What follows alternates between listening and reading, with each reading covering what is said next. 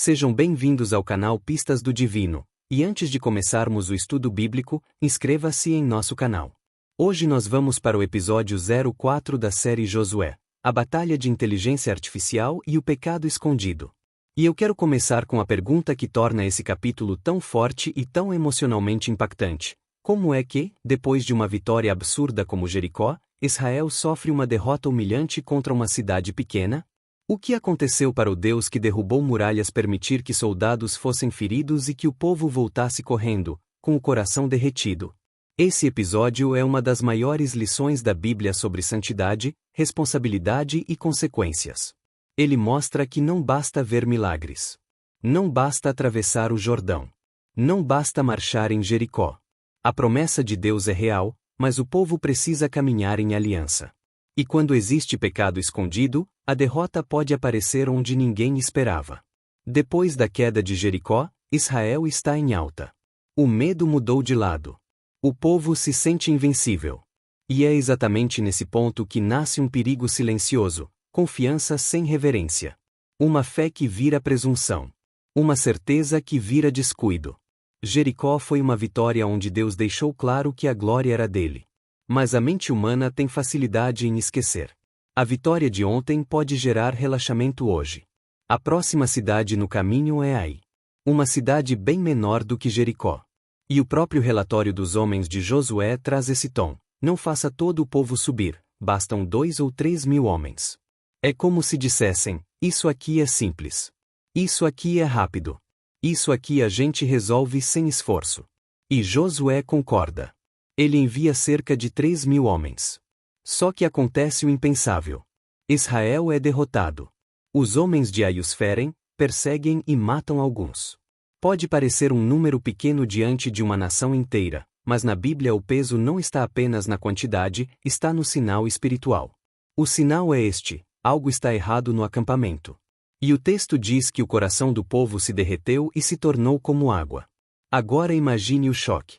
Eles acabaram de ver o Jordão abrir. Acabaram de ver muralhas caírem. E de repente estão correndo de uma cidade pequena. O medo volta. A dúvida reaparece. A esperança treme. E aqui está uma das cenas mais humanas de todo o livro. Josué rasga as vestes, lança-se com o rosto em terra diante da arca do Senhor até a tarde, ele e os anciãos, e lançam pó sobre a cabeça. Josué ora, e a oração dele é quase um grito de desespero. Ele pergunta por que Deus os trouxe até ali para entregá-los nas mãos dos inimigos. Ele teme o efeito psicológico: os cananeus ouvirão, cercarão Israel e apagarão o nome do povo da terra. E então ele faz a pergunta que todo mundo faz em algum momento de dor: que farás ao teu grande nome? Essa oração é importante porque ela mostra algo verdadeiro. Até um grande líder pode ficar confuso. Até um homem chamado por Deus pode não entender uma derrota. Josué não está sendo rebelde. Ele está sendo humano. Ele está tentando conciliar promessa com realidade. E muitos hoje vivem exatamente essa tensão. Deus prometeu. Eu obedeci. Então por que perdi? Porque doeu. Porque não deu certo? Porque a porta fechou? E é aqui que Deus responde de um jeito firme e direto: porque o problema não era falta de estratégia, nem falta de força, nem falta de número.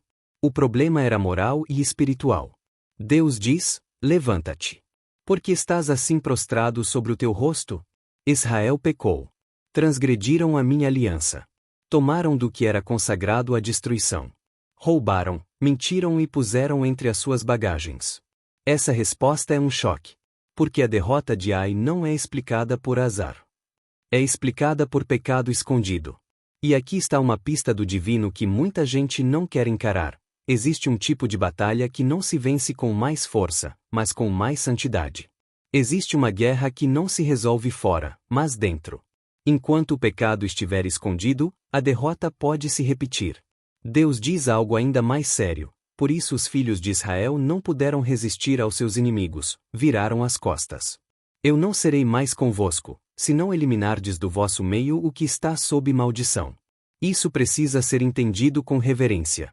Deus não está sendo instável. Ele está sendo fiel à aliança. A presença de Deus no meio do povo era uma presença santa.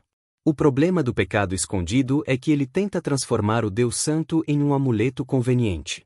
Como se o povo dissesse: Deus está conosco, então podemos fazer o que quisermos. Mas Deus não é instrumento. Deus é Senhor. Ele não negocia a santidade.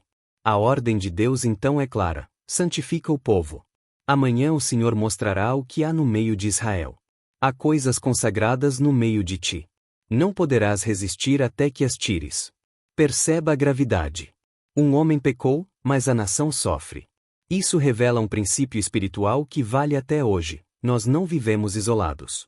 Pecados individuais podem produzir impactos coletivos. Dentro de uma família, um segredo destrói a confiança de todos. Dentro de uma igreja, uma corrupção escondida enfraquece a espiritualidade comunitária. Dentro de um casamento, um vício oculto muda o ambiente inteiro. O pecado gosta de se esconder porque ele sabe que, se for exposto, perde força. Mas enquanto se esconde, ele contamina. Agora a história entra num processo de investigação que é ao mesmo tempo solene e terrível. Deus manda trazer Israel por tribos, depois por clãs, depois por famílias, depois homem por homem. É como se Deus estivesse apertando o cerco lentamente, e o povo inteiro assistisse à verdade se aproximando. E aqui há uma lição dura: o pecado escondido sempre cria a ilusão de que ficará escondido para sempre, mas diante de Deus nada permanece oculto. A escolha recai sobre a tribo de Judá. Depois sobre o clã. Depois sobre a família. E finalmente sobre um homem chamado Acã. E neste momento Josué fala com ele de modo direto e pastoral: meu filho, dá glória ao Senhor, Deus de Israel, e faz confissão. Declara-me o que fizeste. Não ocultes.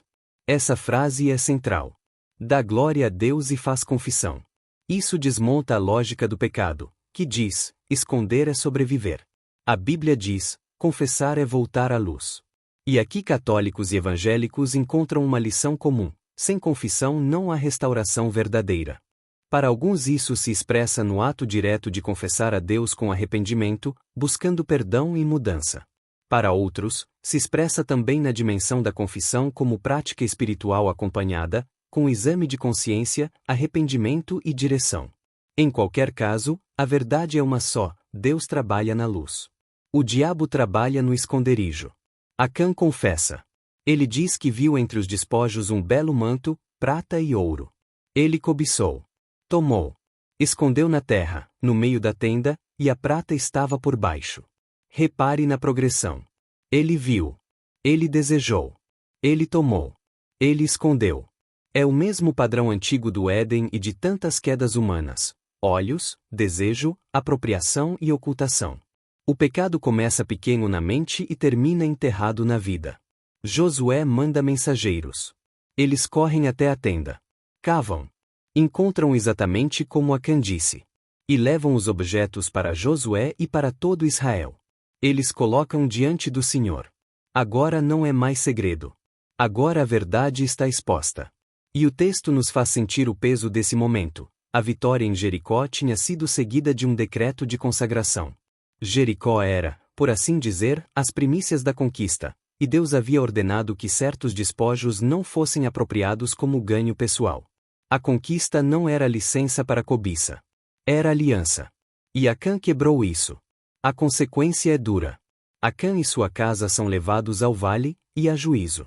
Essa parte é pesada de ouvir, mas ela existe na Escritura para mostrar a seriedade da santidade de Deus e o preço do pecado quando ele é protegido e enterrado. Não é um texto para alimentar crueldade. É um texto para nos lembrar de que a desobediência não é um detalhe. E, principalmente, para nos ensinar que o pecado que parece só meu pode produzir feridas que alcançam muitos. O lugar recebe um nome: Vale de Açor, Vale de Perturbação. Porque o pecado escondido perturbou Israel. E então a ira do Senhor se desvia. Agora preste atenção no que acontece em seguida, porque aqui está o coração do episódio. Deus não expõe o pecado para destruir o povo, mas para restaurar o povo. Deus não revela a ferida para humilhar, mas para curar. Depois do juízo e da remoção do que estava contaminando o acampamento, Deus fala novamente com Josué e diz: não temas, nem te espantes. Toma contigo toda a gente de guerra, levanta-te, sobe aí. Olha, Eu entreguei nas tuas mãos o rei de Ai, seu povo, sua cidade e sua terra. É como se Deus dissesse: o problema não era a minha promessa. O problema era o que vocês esconderam. Agora, com a casa purificada, voltem para a missão. E isso é profundamente esperançoso. Porque muita gente acha que, depois de uma queda, depois de um fracasso, depois de uma derrota, Deus encerra o chamado. Mas a Bíblia mostra um Deus que corrige e retoma. Um Deus que disciplina e reabre caminho. Um Deus que não passa a mão na cabeça, mas também não joga fora o povo. Desta vez, Deus dá estratégia. Josué arma uma emboscada. Ele não trata Ai com presunção. Ele não repete o erro de subestimar. Ele obedece com atenção. Parte do exército se esconde atrás da cidade. Outra parte se posiciona à frente. Ai sai para perseguir Israel, como antes. Israel finge recuar. Ai se afasta, deixando a cidade vulnerável. Então os homens da emboscada entram, tomam e queimam Ai. Quando os guerreiros de Ai olham para trás e veem fumaça subindo, é tarde demais. Eles ficam sem saída. Israel se volta e os derrota. A vitória vem. E aqui está a frase que precisa ser gravada: a vitória veio depois da obediência. Não foi mais força. Não foi mais homens. Foi aliança restaurada. Foi santidade no acampamento. Foi humildade para tratar o pecado como pecado. Foi submissão à direção de Deus. E então a promessa seguiu. Agora vamos trazer as pistas do divino desse episódio para a vida real, porque este capítulo não é apenas uma história de guerra antiga. É um mapa espiritual para quem vive crises hoje. A primeira pista é que nem toda derrota é falta de capacidade. Às vezes a derrota é alerta. Às vezes Deus permite um choque para revelar algo escondido. Isso exige maturidade para não cair em duas armadilhas. A primeira é achar que toda dor é castigo automático. A segunda é achar que dor nunca tem mensagem.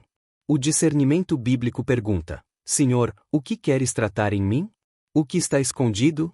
O que precisa ser removido para que eu volte a caminhar em paz? A segunda pista é que pecado escondido enfraquece a coragem. O texto diz que o coração do povo derreteu. O pecado não fica preso na consciência do indivíduo. Ele espalha medo, insegurança e desordem. Quando você sabe que está escondendo algo, seu espírito perde firmeza. Você tenta lutar por fora, mas por dentro está dividido. Ai revela isso. Existem inimigos pequenos que se tornam grandes quando o coração está contaminado. A terceira pista é que Deus confronta para restaurar. Deus diz a Josué: levanta-te. Em outras palavras, pare de só lamentar e resolva a raiz. Há momentos em que oração não é para prolongar sofrimento, mas para receber direção e agir. Josué chorou, mas Deus o fez levantar e tratar do problema. A quarta pista é sobre confissão. Josué diz: dá glória a Deus e confessa.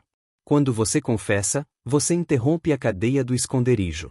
Confissão verdadeira não é desculpa. É assumir responsabilidade. É chamar o pecado pelo nome. É tirar do subterrâneo. E isso abre caminho para a cura. Muitos pedem vitória, mas não querem verdade. Ai ensina: sem verdade, a vitória não se sustenta. A quinta pista é que a santidade protege a comunidade. Muita gente hoje pensa a santidade como isolamento moralista. A Bíblia mostra a santidade como proteção do povo. Santidade mantém o acampamento forte. Santidade mantém a presença de Deus no centro. Santidade preserva o futuro. Não é perfeccionismo. É aliança. A sexta pista é que Deus pode transformar perturbação em recomeço. O Vale de Açor, Vale de Perturbação, mais tarde aparece em outras passagens bíblicas como imagem de esperança, como um lugar que Deus pode transformar em porta de esperança. Isso é forte. Deus é capaz de usar até um lugar marcado por vergonha para construir uma nova fase, desde que haja arrependimento real. E por fim, a sétima pista é esta: depois que o pecado é tratado, Deus diz de novo: não temas. Ou seja, o medo que voltou após Ai não seria curado com palavras motivacionais. Seria curado com alinhamento espiritual. A coragem retorna quando a consciência está limpa e o coração está em aliança. Agora eu quero finalizar com uma pergunta direta para você. Qual é o aquém escondido que está custando caro na sua vida? Pode não ser ouro enterrado. Pode ser um hábito secreto. Uma mentira mantida. Uma relação escondida. Um vício. Um ressentimento que você alimenta e não confessa. Uma desonestidade. Uma duplicidade. Algo que parece pequeno, mas está roubando sua paz, secando sua coragem e enfraquecendo sua caminhada com Deus. A Bíblia não conta essa história para destruir você, mas para salvar você de uma derrota repetida. Deus não quer apenas te dar vitórias externas. Ele quer te dar um coração íntegro. Porque a terra prometida não é apenas território. É vida com Deus. No próximo episódio da série Josué, nós vamos entrar em um dos acontecimentos mais impactantes e mais virais de toda a Bíblia, o dia em que o sol parou. Uma batalha épica, uma oração ousada e um sinal no céu que até hoje faz gente parar para pensar. O que acontece quando um homem ora com fé e Deus decide intervir no tempo? Que Deus abençoe sua vida. Que Ele te dê coragem para levantar, verdade para confessar, humildade para remover o que está escondido e força para voltar a caminhar na promessa com o coração limpo. Porque depois da obediência, a vitória volta. E quando Deus restaura o acampamento, até a cidade pequena não consegue resistir.